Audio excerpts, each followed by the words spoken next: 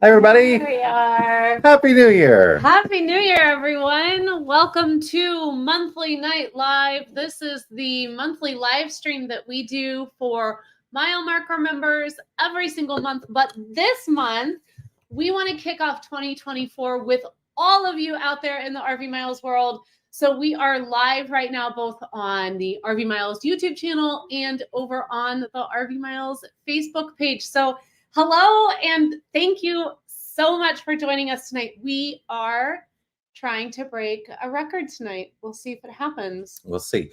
Just a reminder, if you're chatting with us in one of the Facebook groups, we can't actually see your name in the software we use unless you accepted that StreamYard permission. That's okay. If you didn't accept that, make sure to type your name before you ask a question, so that we know who it is. Yeah, so if it says, if you're in Facebook, yeah, like he said, because all we're seeing like this, it says Facebook user. But happy New Year, Facebook user.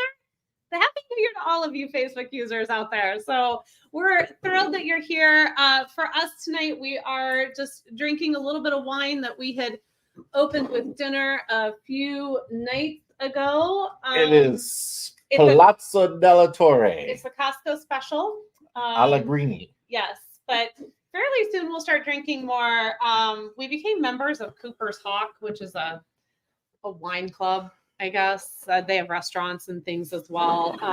But we'll start having more of their wine around. But that's what we're drinking tonight. If you're enjoying something, even a glass of water, good for you for staying hydrated.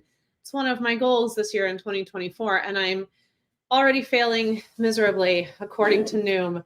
And thanks so much for asking, Joshua. Good to see you here. We will see you in a few days in Tampa, Florida. We are getting ready to leave tomorrow. We leave to no. We got one more day. We're here one more day. Oh, we're here one more day. Oh my gosh! Thank goodness we're here one more day, because we're. I really thought we were leaving tomorrow. No. Tomorrow's snowstorm day. Yeah. Tomorrow we have a snowstorm.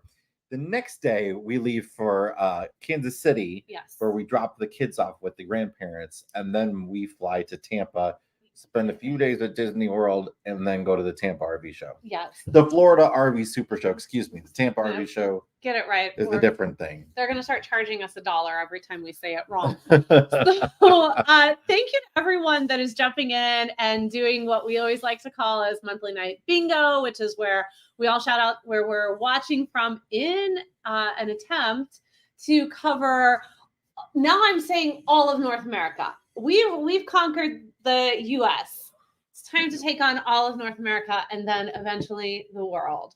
But yes, if you heard Jason mention, and I see some of you are already kind of talking about it, some of you are sticking it in our faces that it's sunny where you are.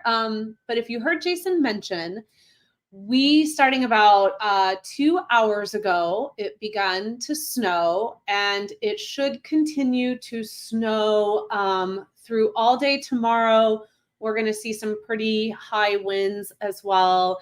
And by the time we need to leave Wednesday morning, there should be about a foot of snow right outside. Which is a lot for here. I found out that in the last 100 years, The expected amount of snow that we're going to get here has maybe been 10 times that it's been over 10 inches in a day. So we'll see if it ends up that. But I got to say, we give weather folks, meteorologists, a hard time. We all do it. It's, a national pastime. But I got to say, we knew exactly when this snowstorm was going to hit several days ago. They said it was going to hit 6 o'clock today. And who knows? It might end up being nothing. It might end up being worse, whatever. But like, I gotta say, it's kind of amazing that they can tell you even a day in advance that it's going to snow at what time. Well, this is kind of a huge storm, so they've got a lot of data to work with. But there's a lot of snow coming in. We're really lucking out in regards to our flight because we fly out very, very early Thursday morning from Kansas City. And we are leaving in what is a very small window of good weather because the following day, I believe everyone is supposed to get more snow again. So, and then the temps are dropping to like single digits. If you don't know, we're coming to you from Northwestern Illinois. Yes. So we're about hello from Chicago. I've seen 2 people chime in from Chicago. So hi, Chicago. I have a feeling these are people I know what they say, Facebook users. So hello, love you. But we're about 200 miles west of Chicago right now. It's going to be the most amount of snow we've seen all year, probably will be for the rest of the year. We're not going to be here to enjoy any of it.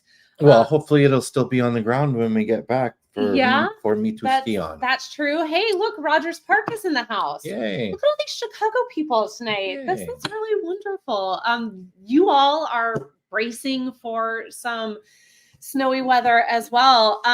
If you have, and we're all just chit-chatting, but hey, if you have a question for us, be that about what we're doing here at RV Miles. Maybe you want to know more about the Mile Zero studio, or where in the world have all of the lives gone, or what are you going to do in Tampa? Anything, nothing, just toss or it in actual there. Questions about RVing are fine too. Actual questions about RVing are always or fine. About anything else. Doesn't even need to be about RVing. It does. No. But if you have a question for us, please go ahead and start dropping it down in there. We would love to answer anything that you would like to know. Thanks so much, Raymond, for the you. super chat. That's fantastic. We really appreciate it. It's our pleasure to provide all the info we can. It's an absolute joy to do this. But thanks for being here. Appreciate it very much. That's really kind of you. Thank you so much. So as Jason mentioned, we've got the RV Super Show coming up. If you're going to be there, we would love to be able to say hi to you. If you're in the group, raise your hand. If you're coming to the Super Show, we are waiting to hear that we should have, they have like a meet and greet space now that they've kind of done to discourage actual meet and greets. To discourage the impromptu ones that apparently are against fire code. Yeah, it just gets crazy, I guess. I mean, so many meet and greets, it just gets wild. We signed up for 3:30, I believe, on Thursday, 3 or 3:30, and has that been accepted? I don't know. We'll find out, but we'll let you know if it has. It's going to be in its own special room if you're headed to the Tampa RV Show. Florida RV Super Show. Sorry, we're also going to be very soon at the Kansas City RV Show and the Seattle RV Show. So if you're in any of those areas, we'd love to see you there. Yeah, we are in Kansas City the last weekend of January. We're giving we're doing seminars on both Friday and Saturday of that show. We're going to be talking about RVing in national parks. And then I believe RVing 101 or 7 things RV buyers often overlook when they are purchasing an RV. Then in Seattle, we're going to be at the show every single day of the Seattle RV Show, and that starts on Thursday, February 16th, and then it runs through the weekend. So if you are in any of those areas, please come out and come join us for a seminar. Catch us on the floor. We'll be around all day long. We would love to say hi. We had a question. I want to say too, I just want to acknowledge, I know a lot of you are not just dealing with snow. I know a lot of you right now are dealing with some pretty severe weather in the form of tornadoes. So please, if that's you, please stay safe, please stay alert. That stuff is really wild and it shows up anywhere. Despite the fact that I am known for tornado sirens going off and going outside to see what's going on, I do know that they're very serious and should be taken. So even though I normally grab a drink and go out and see what's going on. All right, let's see. We've got some questions already happening. Which I scrolled all the way back to the beginning of it, and I hovered over the first one. Okay. Can we do that one? You go ahead. You lead this. You lead this wagon. I'm just saying. Go ahead. Take us down the Oregon Trail. Let's go. Tim would like to know how the Super Duty 7.3 liter is doing. It's been great. We don't drive it as much right now. What do we have? 70. 64. We're almost at 64,000 miles. I thought we were a little more, but no. Yeah. So it's been great. We need to get the tires rotated, but it's been fantastic. We're going to take it to Kansas City for obvious snow reasons. Although the Tesla does great in the snow, Tesla's fine, but it doesn't have the same tires on it. That's for sure. No, I've been surprisingly really happy with our truck, to the point where when we were discussing some of our future RV needs and whether or not, especially if a lot of you have seen over the last year, we've had a Lightner system on it, which is the big rack system over the back where the bikes, and we kept like the fuel can and the jerry can and a lot of stuff that we needed from Baja to Alaska. We've taken that off, and now we're debating whether or not our future RV needs should be a fifth wheel, or if we're going to continue a travel trailer, and how that is going to factor in with the. I think we've decided that neither of our RVs are the one that we're going to keep. We love them both. We still have the Sabre 37 FLL, and we still have the Ibex. They both don't really meet our needs for different reasons. The Ibex is just too small for us to continue using with our kids growing, and the Sabre, actually the third bed space is a little too small, and the whole thing is too big. So did you see that? But did you see that comment? Oh, great. Dang, wow, savage.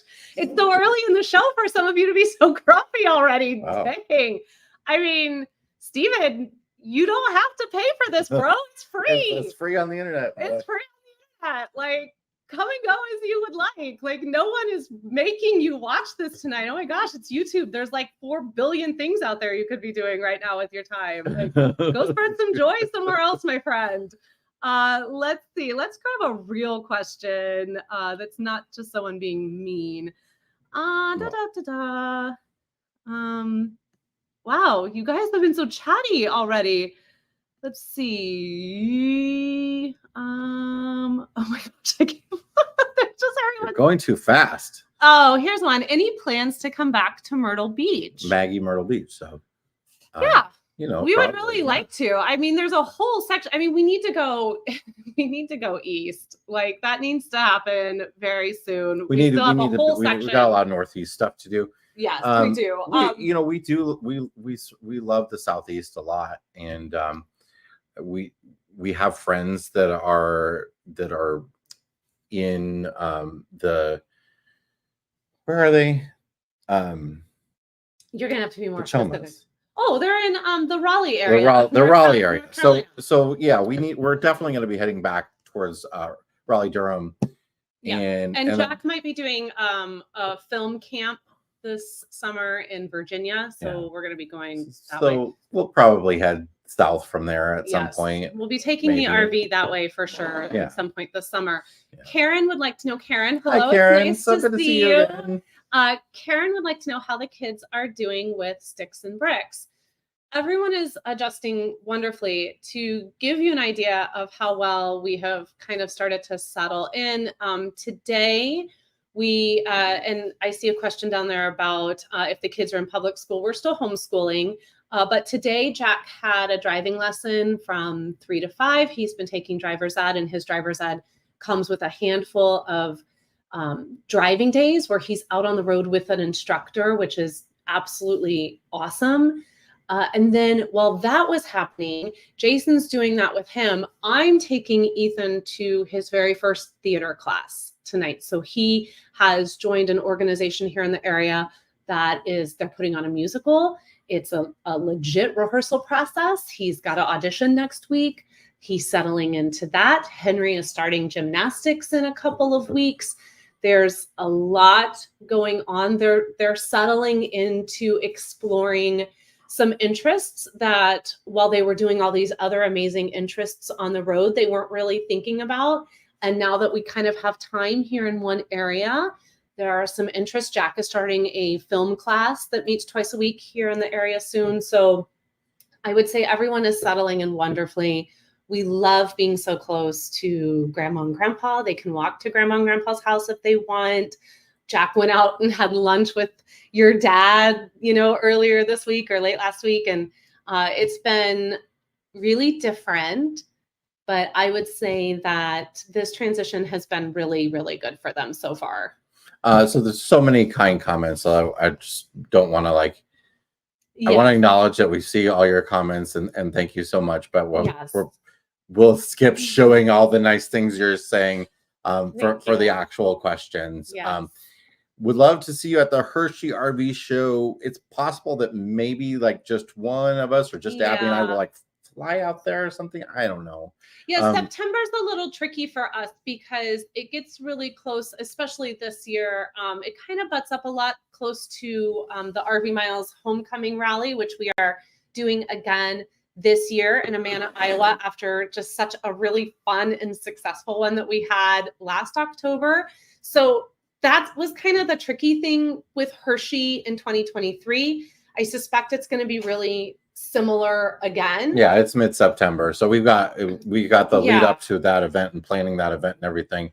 And then I usually go to Indiana for the dealer open house, which usually happens right after Hershey. So there's some things to juggle, but I would love to get out there. So it's possible that I'll fly out there.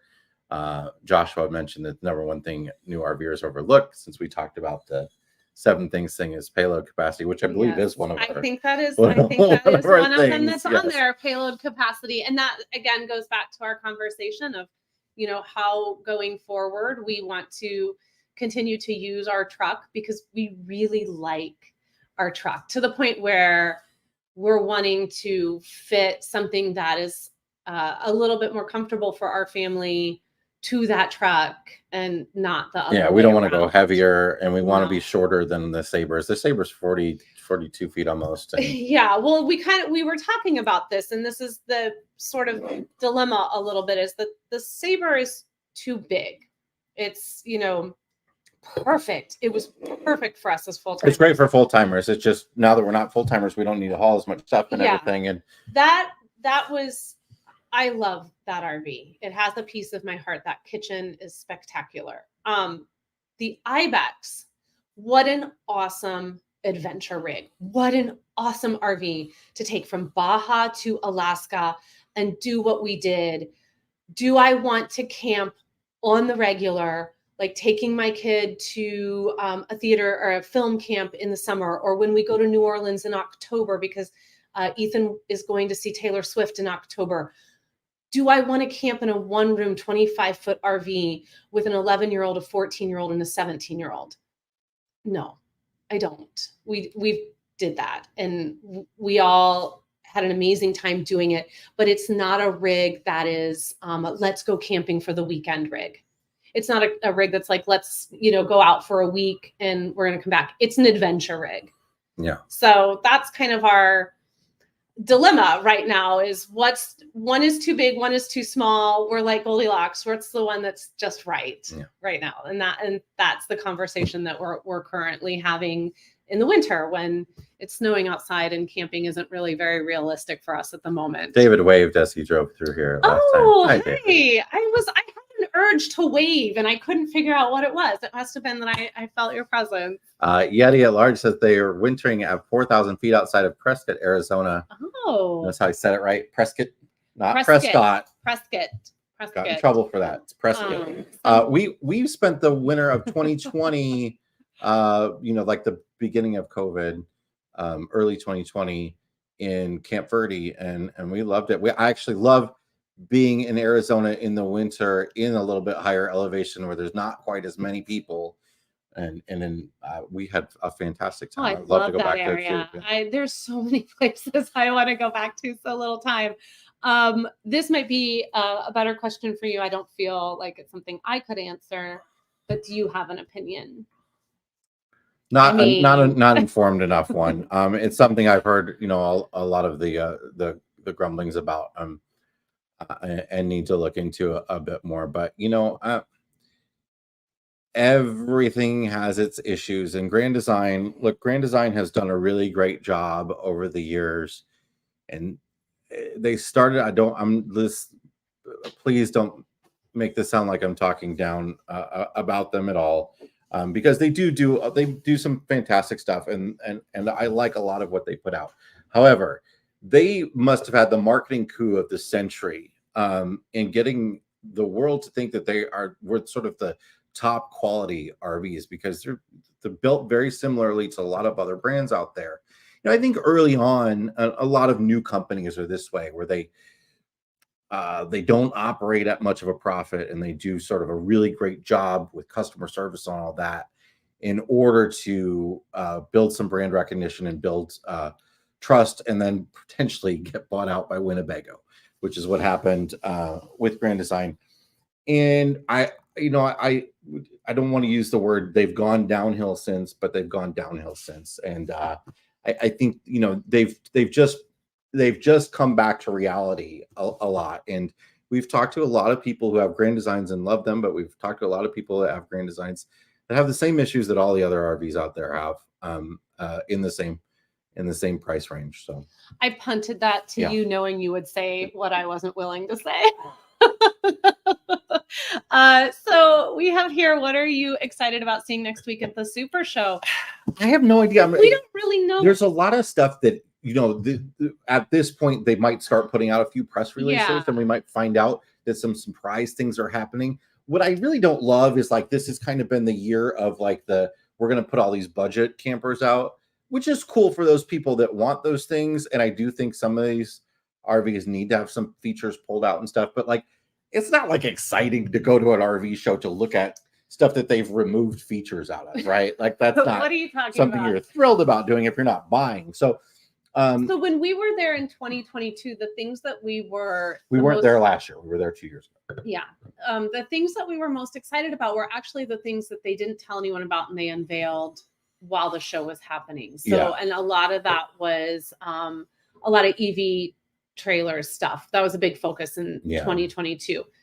This year, we haven't really gotten a sense yet from a few of the manufacturers that we've talked to, like, what the focus is. I mean, like Jason said, it's hard to create a buzz around we've taken stuff away. Yeah. Like, it's really hard to create that kind of buzz. So we will be at Media Day. They do a Media Day on Tuesday, the day before the show opens to the public. And that'll give us a really good idea of what the focus is. I will say, I have never personally stepped foot in a Brinkley yet, so I'm excited about doing a little bit of that. Yeah. Coachman has that new Euro-looking motorhome that Matt's RV Reviews just did a release of on his channel, and I would love to see that in person. So there's some stuff that I'm a little bit excited about, but I did see a lot of stuff back in September. So usually kind of this is the time where there's like some real prototypey stuff, because the model year release stuff ends up happening at that dealer open house in September, or at the Hershey RV show. And then sort of this is kind of mid-model year. So it's stuff that's not quite ready to be sold, but they might be working on for like the fall model year changeover release. Will they actually put a production unit on one of these EV chassis, like that electric Airstream or Thor's EV motorhome chassis that we saw 2 years ago? That would be interesting. I don't know if that's going to happen. I'm kind of doubting it. A couple of people asked about the Kansas City RV show. As far as I know, regarding seminars, you don't need to sign up ahead of time. They should just be open. Yeah, just show up. You just have to. You just have to have tickets for the show and get in. But there's a couple of you also that are shouting out trips that we should all do together. You plan it and I will be there. I think this is so this is actually something, this could be a little nice segue to talk a little bit about what we do here this monthly that we do for mile marker members, which are people in the community that offer a little bit extra support monetarily to RV Miles every month. And we have something called the Mile Marker Members. That's $7 a month or $70 for a year. And one of the things that has been a hot topic of conversation there, and we'd love to see open up to the community at large, is more RV Miles focused get-togethers. Yeah. Be that somebody who says, I'm planning to go perhaps to this campground for the weekend. And I'd love to be kind of like an RV Miles ambassador. And if anyone else in the community wants to come, I can do this. We can offer that support here at RV Miles to share it with the community, but others are kind of leading that charge. I think that conversation happens with mile markers a little bit more because it's a little bit more intimate community. It's a smaller, we've all gotten to know each other. A lot of people were at homecoming. There's that a bit more there. But anytime I see someone say, let's do a trip to Vermont, let's do a trip to the Northeast, I love that idea. And I would love to see that build and become a little bit more within RV Miles. I can hear our kids yelling. I don't know. Yeah, you keep talking about that. No? I'll keep talking, and he's going to go see if the yelling is a good thing or a bad thing. So if that's something you're interested in and you want to talk more to Jason and I about that, boy, we would love to chat with you about that. You can find us in the groups. You can email us. But let's see, while Jason is doing that, someone mentioned very few channels do any series on RV travel in the Northeast or Mid-Atlantic. Do you have any such plans?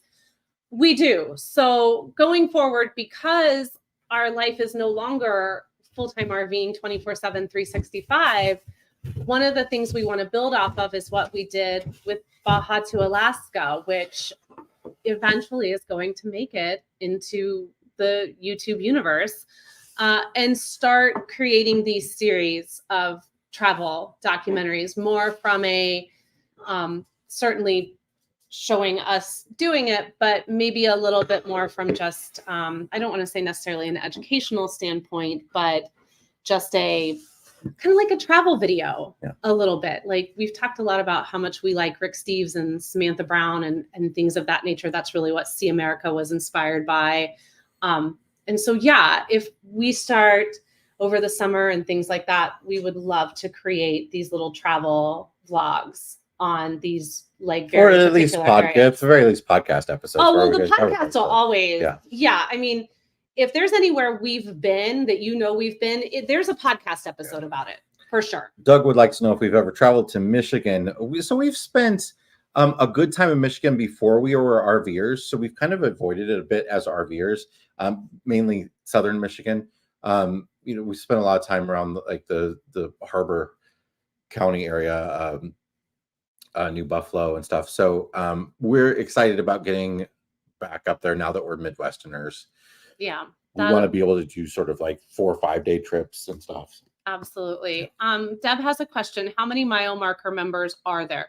So we continue to be a really small community, which we love. I think right now we're up to about 120 people in the group at large. And we love that we've kind of been able to, we have this RV Miles Facebook group, which is amazing that you can have 13,500 people in a group together. And that group is so easy. There's, as moderators, as an admin, I very rarely have to go ever. I probably count on my hands last year how many times there was anything that seemed spicy.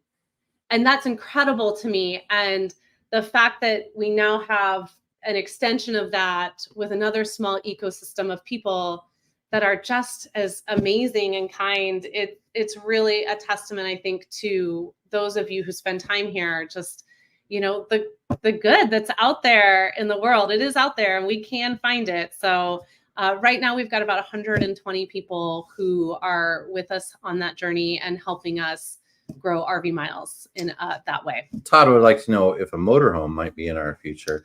I think, I think that's something that we have talked about maybe for when it's just me and Abby, a small motorhome. situation. I think we're kind of holding off for that one day. We do like being trailer owners a lot for a lot of reasons. But we wouldn't mind trying out a motorhome too, that's for sure. Yes, we are. Andrew, we are yes. going to be at the opening day of the Festival of the Arts. We are. We're so dorky, which is going to be hilarious because it's going to be crazy packed. We're more excited about watching all the Disney influencers go around and try to get like photos and stuff of all the different food items. Hold the food item out. That's really what we're going there for, is to observe. To be the observers this time. To be observe influencers in the wild. Exactly. Yeah. We are very excited to be going and watching influencers in the wild. It's going to be very busy there this weekend. We recognize that. But we are going to Festival of the Arts, or as some like to call it, farts.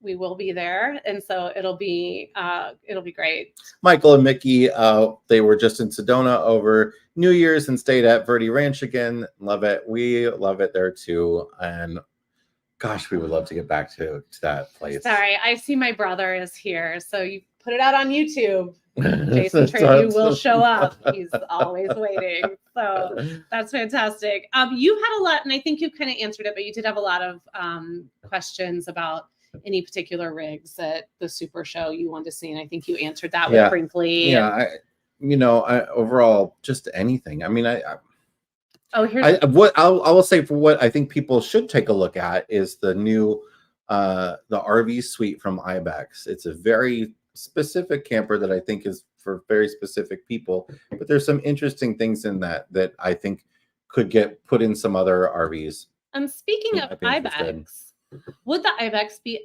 sufficient for a 1 or 2 person traveler? Perfect for that. Then they have smaller ones than the one we have on the sort of, the 7-foot wide chassis and no slides and shorter. Absolutely. If it was just the two of us and we weren't thinking motorhome, an Ibex even a little bit smaller with what they call the beast mode suspension, which is the CURT independent suspension. The independent suspension is awesome. Even if you don't plan to take it off road or anything like that, it just tows really well. So I think it's a great rig for a couple or even a small. I mean, I think the one that we're in has the 2 bunks, and it's perfect. And we were able to turn that dinette into a bed. It was really sufficient, make it a permanent sleeping space for someone. Again, that Ibex 20 BHS for an off-road adventure. I mean, that thing was it was clutch in Mexico and Alaska and through the Yukon. Nothing. We would come in there, and because of that independent suspension, we would go in there and nothing had moved. Like, not even the trash can that I forgot to put in its place had tipped over. It was just wild how well that rig performed in regards to roads going through everything. Joshua says it would be really cool if some of the new EV RV manufacturers like Pebble could get in.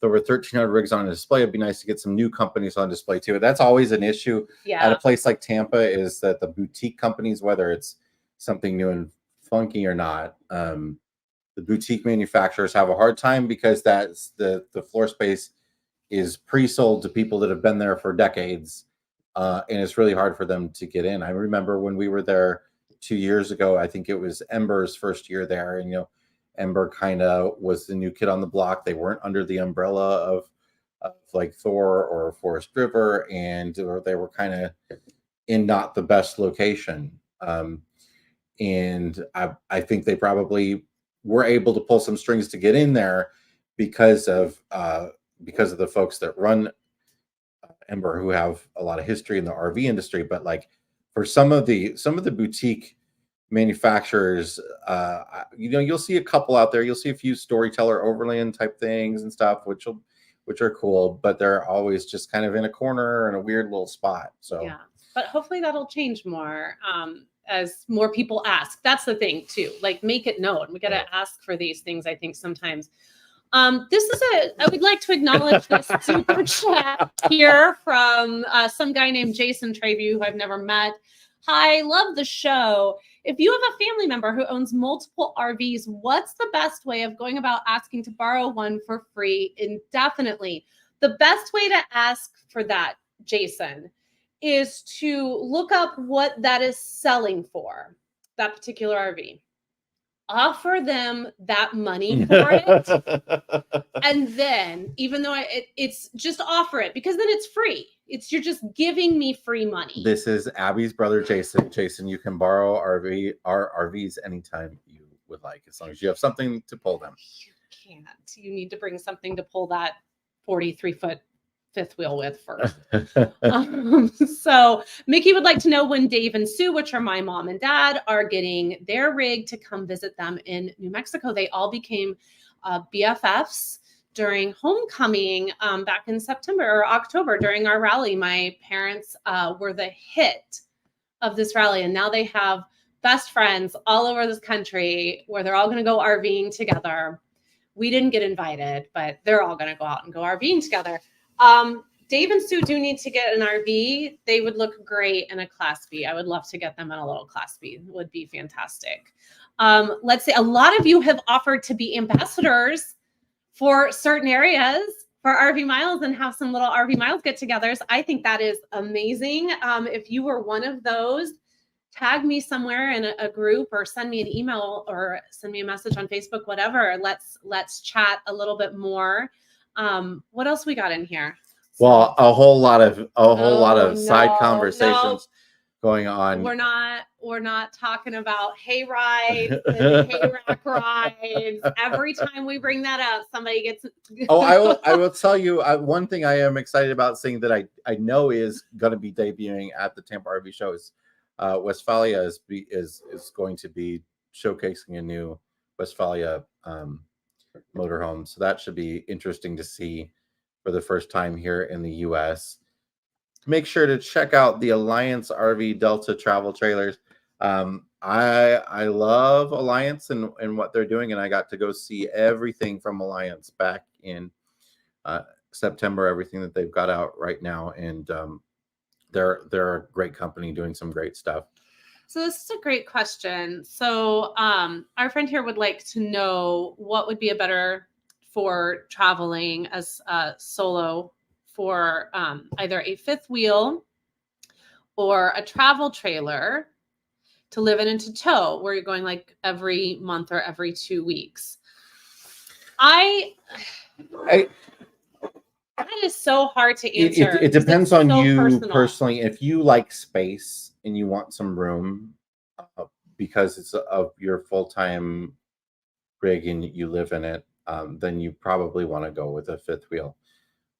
If you like to get in some sites that you can't normally get in with a bigger rig and stuff like that, you might want to consider a travel trailer. Generally, fifth wheels are a little bit better built, just because they can carry a little bit more weight. But that's not always true, of course.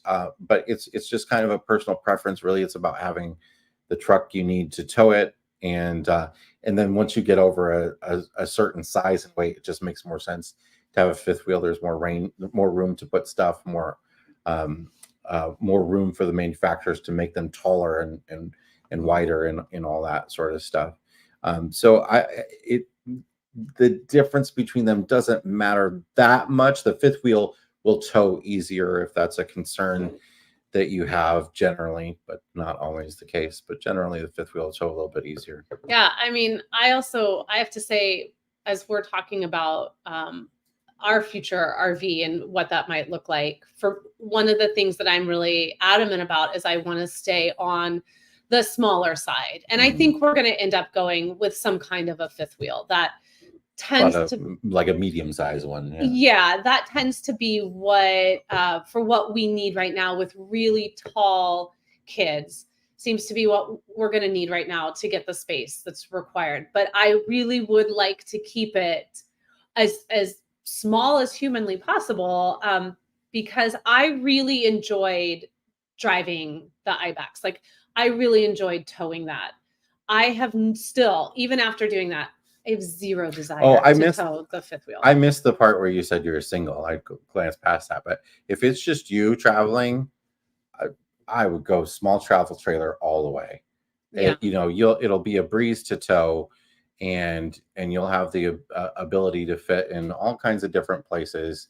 I would probably get something with 2 axles. You could go super small, a single axle. I don't really love single axle trailers just because you blow a tire and then it's you've nothing over there right, to yeah, support yeah. that. But a lot of people have them and love them, and it's fine. So yeah, I had gotten so comfortable with towing and safe, just how the ibex worked behind the truck that at one point I thought to myself, boy, we could like get back to the Midwest and maybe just like one weekend I'll just hook this up myself and I'll take it somewhere for the weekend, just down the road to the campground, and I'll just hang out in it for the weekend. Like I became so comfortable with that setup and how something a little bit smaller worked for me that I can't imagine like going and trying. Just for me personally, I can't imagine being comfortable if I had 43 feet of fifth wheel back there that I was towing.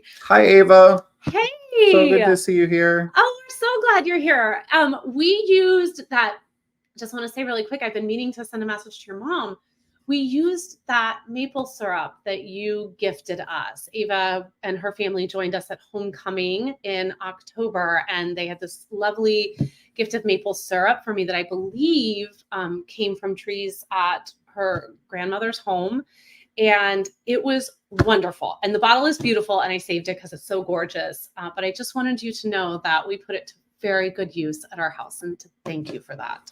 James says, sadly, it seems Forest River has removed the Kurt suspension from some of their models for 24. James, unless you know more than I do, and I'm not sure, but it is an option. It's a dealer option. So if the dealer's not ordering it, then it's not going to be on it, right? So it's just a matter of whether the dealer thinks that they can sell it. And unfortunately, often us buyers don't really look at the suspension or care about it. So I can see how some dealers wouldn't spec it because it is generally an upgrade. Yeah. Lots of just kind of weighing in here too on suggestions. Some people even have suggested that a Class B going with a van could be a great option. That's always our debate too about later on when it's just the two of us again. Do we want to go with the van?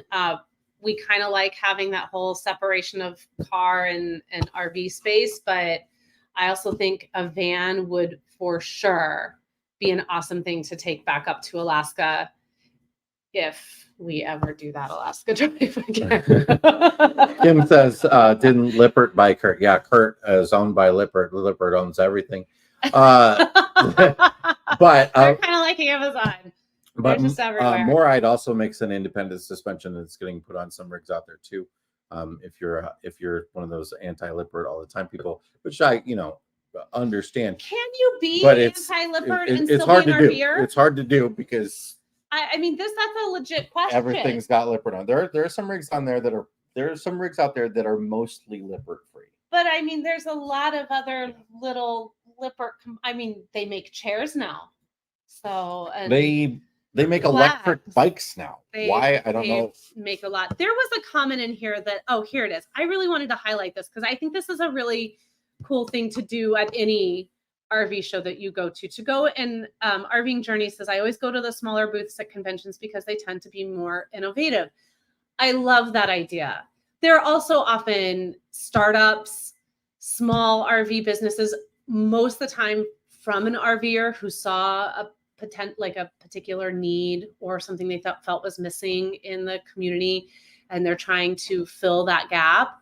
I love that if they can get a booth. I know that there were several RV brands or things of that nature that couldn't even get into the Super Show. Yeah, we've talked to Some of our sponsors in the past Well, have RV, talked yeah, to us RV about, Mattress can't. They couldn't get a about booth finding this us year. a booth and wanting to be there and asking if we have any tricks for getting in and stuff, because even the supplier stuff, it's hard to get into. You know, that the booth that sells the doggy and cat strollers is very, very popular, and they take up more and more space every year. Oh my gosh, there's so much space. Like, but I wanted to also, it's been up in the comments a few times, and I did just want to highlight this because we have talked about it. And then I think we should give some of the things we talked about, giving an update on where we're at with the studio. But a lot of people acknowledged you went skiing this weekend. Saw your video, saw that you went skiing. He did. He got my out calves there. are sore. Wow. But I did. It was a lot of fun, and I was surprised at how well I picked it right back up. The thing that was challenging, and the thing that I wasn't expecting, well, I kind of was expecting and didn't know how I would feel about, is that skis have totally changed since I last skied. Since like the 1900s. Our kids like to joke that we were born in the 1900s, and we're like, wait. And then we were. You forget that you then became a parent to children born in the 21st century. It's very weird. It's very weird. But yeah, I mean, when I was a skier back in high school, I used to race, and our skis were taller than me and straight, long sticks. And now they're those sort of parabolic things and much shorter. And I was a little curious to how that would work out. And I'll say I actually missed my old skis, but it was a blast, and the snow was terrible. It was at Sundown Mountain, which is not a mountain, but it's downhill. It's in Dubuque, Iowa.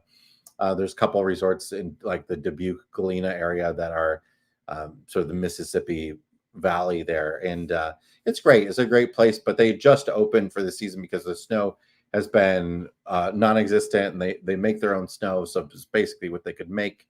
There was a little dusting the morning we went, but it was packed. The one thing I wanted to get to is it was packed. We look at RVing as this thing that has really exploded over the last few years, and there's so many people RVing and camping, and we fail to recognize sometimes that that's the case with all outdoor sports, basically anything outdoors related. Well, what is the number that you gave about the outdoor industry? It's like over $1 trillion industry. It's the biggest industry. It is higher. It is a larger industry than oil and gas.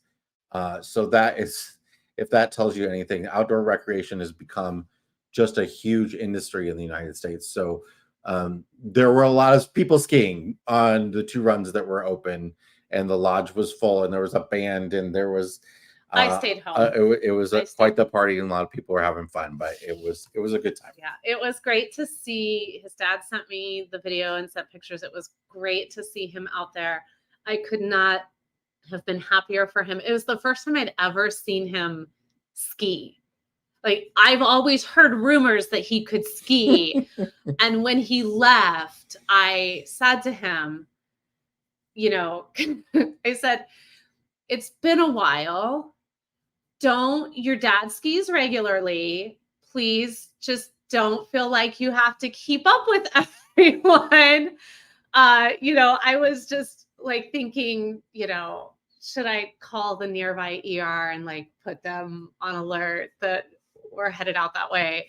So it was so amazing to see him out there. And I was really happy for you, because you deserve to be able to go out and do something like that for yourself. Well, thank you for making it happen. I did nothing but stay home with our 3 children. These folks are about to sell a Class C tomorrow. Buyers flying in to see pay will take possession of title at sale, but store RV on our property until spring. Is this a scam? Things to be on alert. Be alert for. If they're flying in, it's very unlikely that it's a scam. If they actually are flying in, I suppose they could be lying about that. One of the things that you can always do, don't know how you're dealing with payment, but you can go through the payment process at a bank. Go to your bank or their bank, so that the check can be verified at that at that time, hopefully, or they're giving you a cashier's check or something like that, or cash.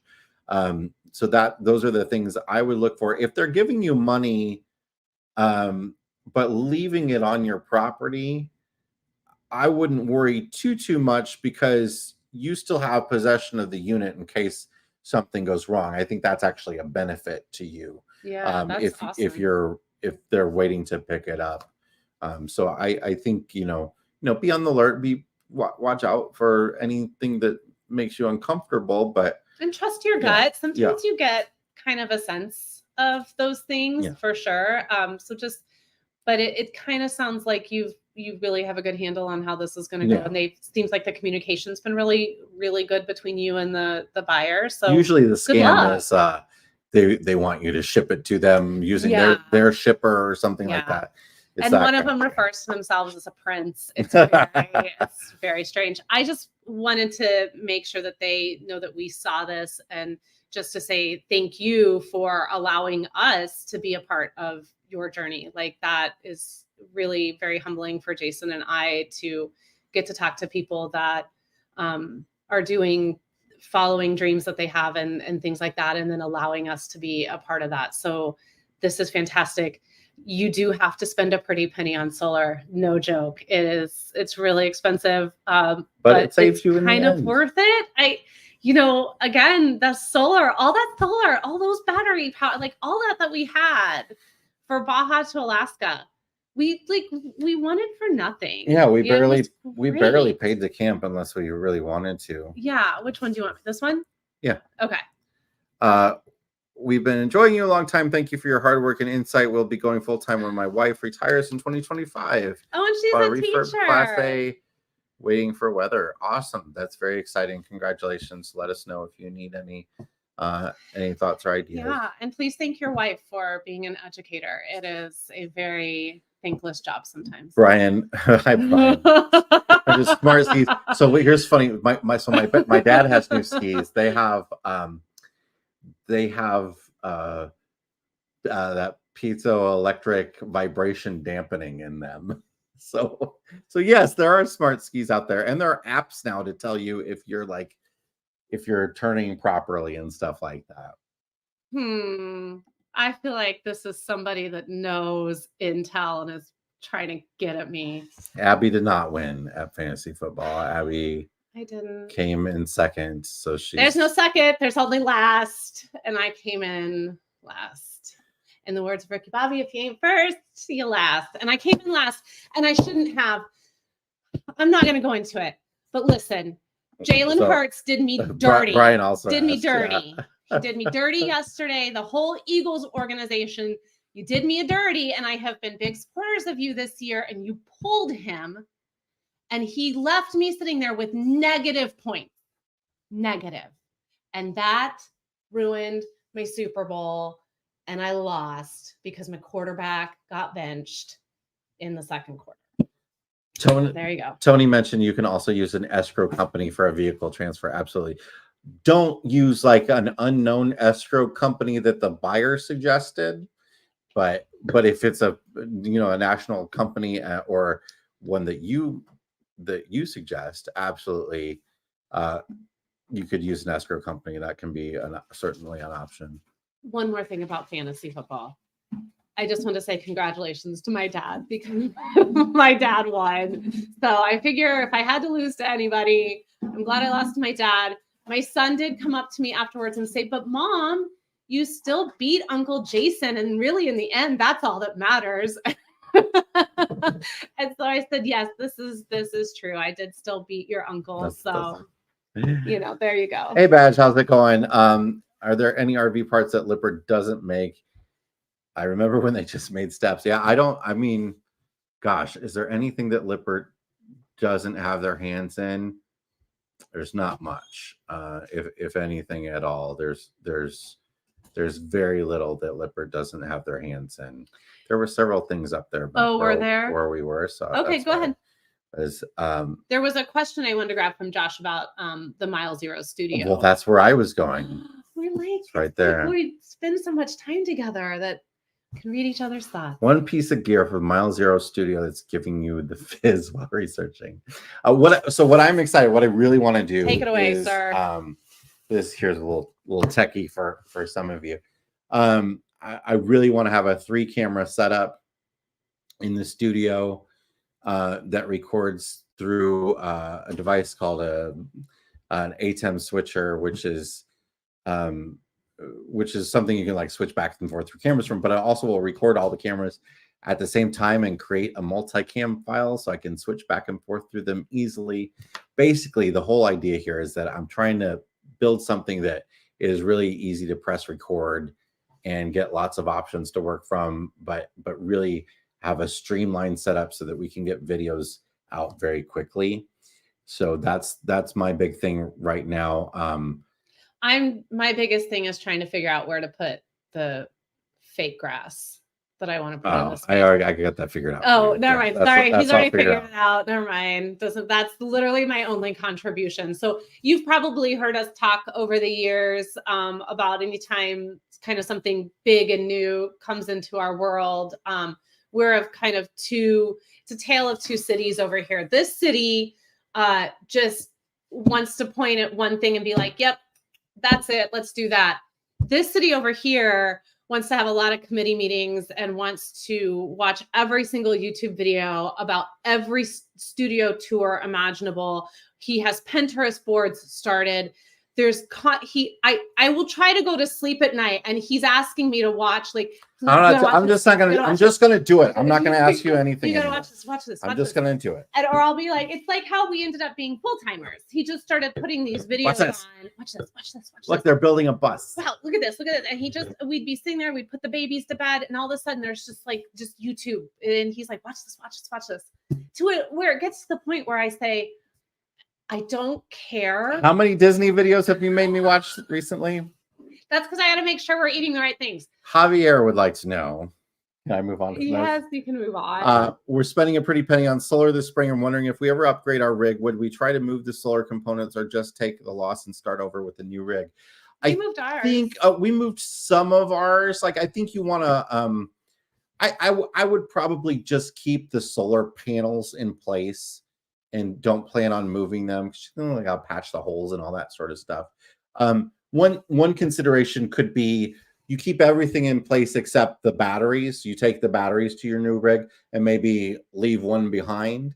That's an option. Or put a different one in, a temporary one in place, and let the new owner get the batteries themselves. But yeah, it's once you do it and put it on, and you're like, oh, this is kind of hard to like. The idea of removing this all is not fun. We did it. I didn't love it, but moving the batteries made the most sense. Yeah. I moved a couple of solar panels. I could have just bought 2 new solar panels. Solar panels aren't that expensive anymore. So it probably would have made sense to do, but I didn't do it. Yeah, I mean, I would say now this next time going around, we won't move the stuff from the IBEX. Yeah. We think that is really important. We would actually want to pass that on if we do sell the IBEX. Part of it was to the next buyer because it's such an important part of, I think, that RV's story. Part of it was I kind of wanted to redo how I did stuff in the Sabre anyway, so it didn't really make much sense. So, you know, I think it's fine to just plan on buying new stuff, but maybe the batteries being the most expensive component. Move. Speaking of, Whitley asking what the lifespan of lithium batteries is. Nobody knows.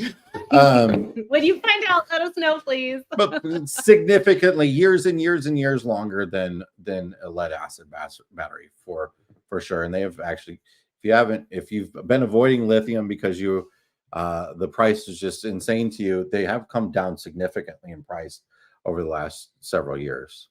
So we have this question here. Were you a part of any RV campground discount programs like Passport America, ARVA, or Harvest Hosts?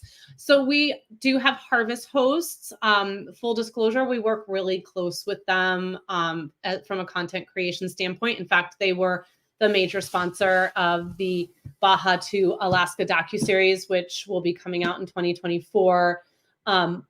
but that whole part aside of it, we actually really, really like Harvest Hosts, which is why we partnered with them, especially because we really enjoy the opportunity to one night stops that are not Walmart parking lot. But you got to think of Harvest Hosts as fun, unique experiences, sort of like reservable boondocking, not necessarily a place where you're going to save a lot of money, because you do end up spending money in there, but it's unique and fun.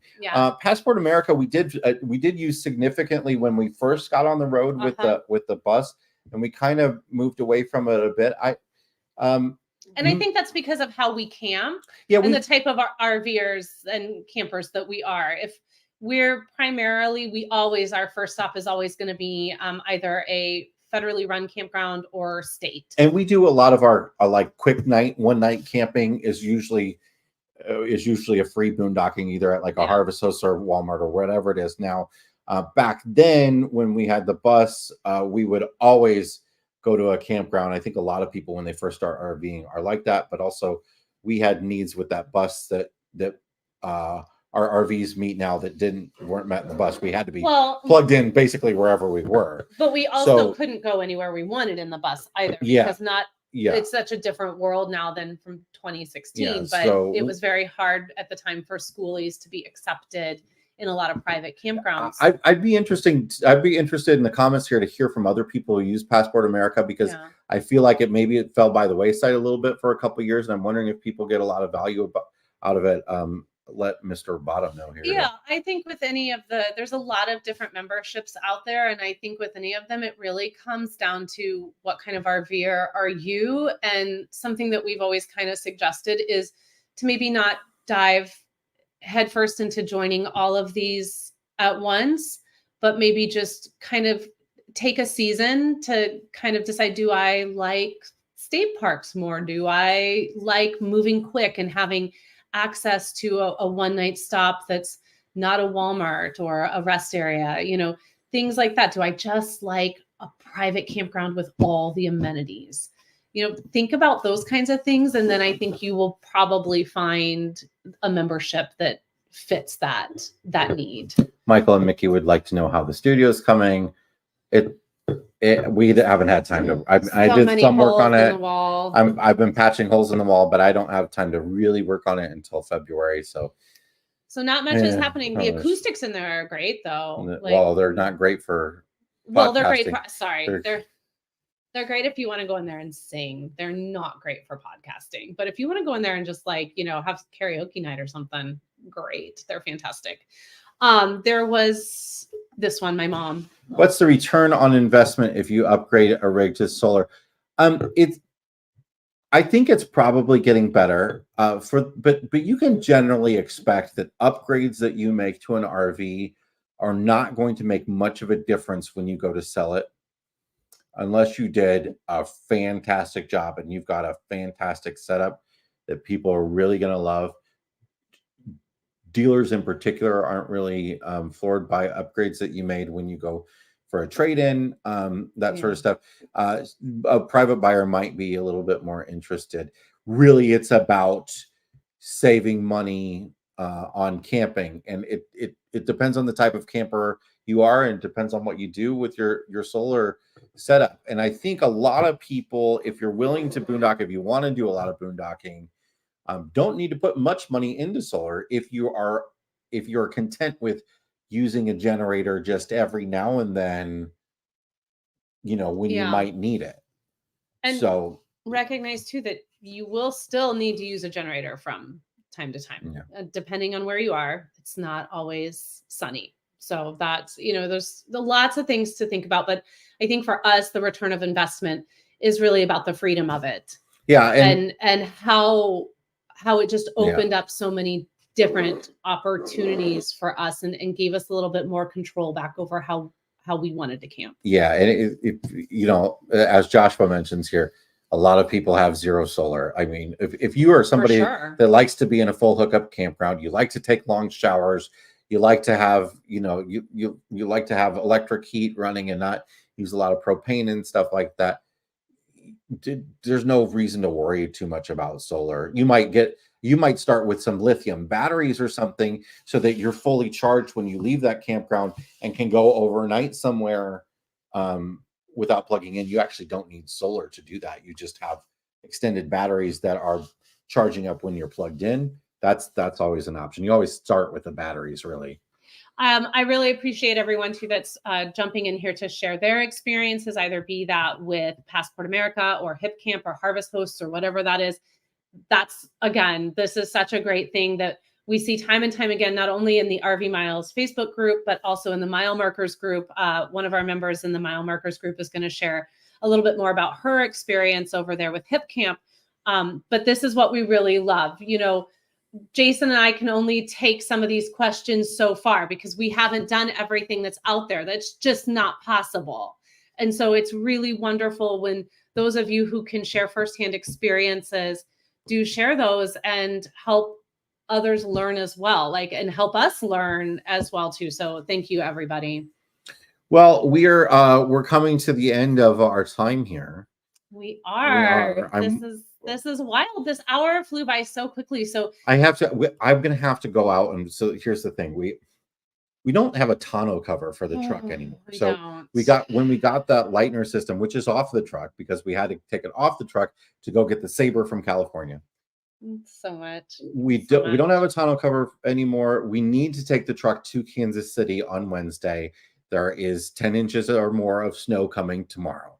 So Abby went to Target and she grabbed a tarp for me, and I put a tarp over the bed of the truck. But of course, the tarp will just fill with snow, and I'm gonna it's already filled. So I'm gonna go do my first brush off of it here afterwards, and probably have to do that a couple times tonight before I go out in the morning when it will absolutely be sunken into the bed, and I'll have to try to pull it out and dump all the snow out. It's gonna be this next 24 hours are gonna be so silly. But a few things, as Jason said, the Mile Zero studio is slowly but surely coming along, and we're really excited for some of the events that we hope to host there once we get the studio up and running, including perhaps some live events where you can come and catch recordings of the news or the podcast or some of the other content we're creating for 2024 and beyond. Perhaps we'll have some classes in there, some seminars, some opportunities for meet and greets. We would love to welcome you all to the Quad Cities and show you our hometown and some of the campgrounds that are here, and have some events working with maybe the local visitors bureau to put some things together. I hope to meet with them when we get back from Tampa.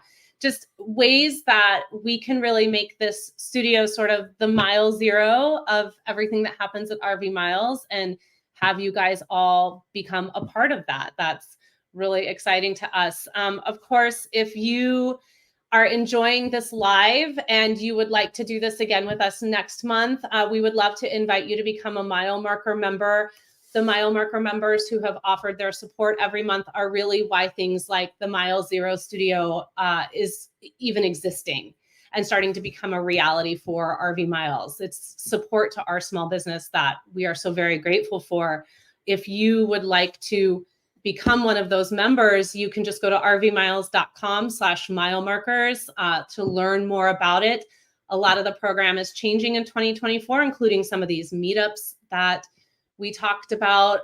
Some new ebooks and e-guides are going to start making their way for Mile Marker members as thank you perks. I have to add it. I have to grab a couple of things. Okay. And finally, one of the perks we also offer is our friends over at RV Today do offer a subscription to their magazine as part of a thank you for becoming Mile Marker.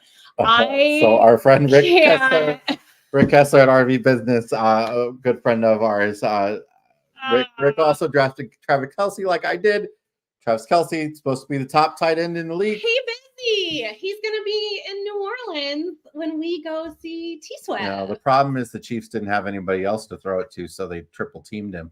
And then RV Pilgrims wants to know exactly which are the Quad Cities. So all of them. So the Quad Cities area, if you don't know, is on the Iowa-Illinois border, in sort of the middle of Iowa-ish and upper Illinois. It is in a spot where the Mississippi River runs east to west, by the way. and it's right on I-80. The Quad Cities, in my mind, were always Bettendorf, Davenport on the Iowa side, and in Illinois, Rock Island and Moline. So then there's also East Moline. I don't know if East Moline, for some people say that East Moline used to be one of the Quad Cities, and that Bettendorf, as Bettendorf grew, Bettendorf is now sort of the bougie of the four or five. They're actually five, I guess. So Bettendorf has sort of usurped it. But what's funny is you drive into East Moline, so everybody thinks now of Moline, Rock Island, Davenport, Bettendorf is the Quad Cities. But you drive into East Moline has a big sign that says East Moline, one of the Quad Cities. So it's up for debate, but there's five. Like, I just wanted to acknowledge this and say thank you to Rebecca. This really, just thank you. I had a few things that came across my desk today that said the very opposite of what you're saying about my voice. So thank you for that. I appreciate that today very, very much. All right, let's say good night. And thank you all so very much for spending this hour plus with us on a Monday night. Please stay safe for anyone that's in the path of some of this weather that is coming through. Don't forget to come say hi to us in Tampa, Kansas City, Seattle. We would love to see you. Again, rvmiles.com/mile markers if you would like to learn more. And we will see you all very, very soon. Bye, everybody. Thanks so much for being here. Good night. Bye.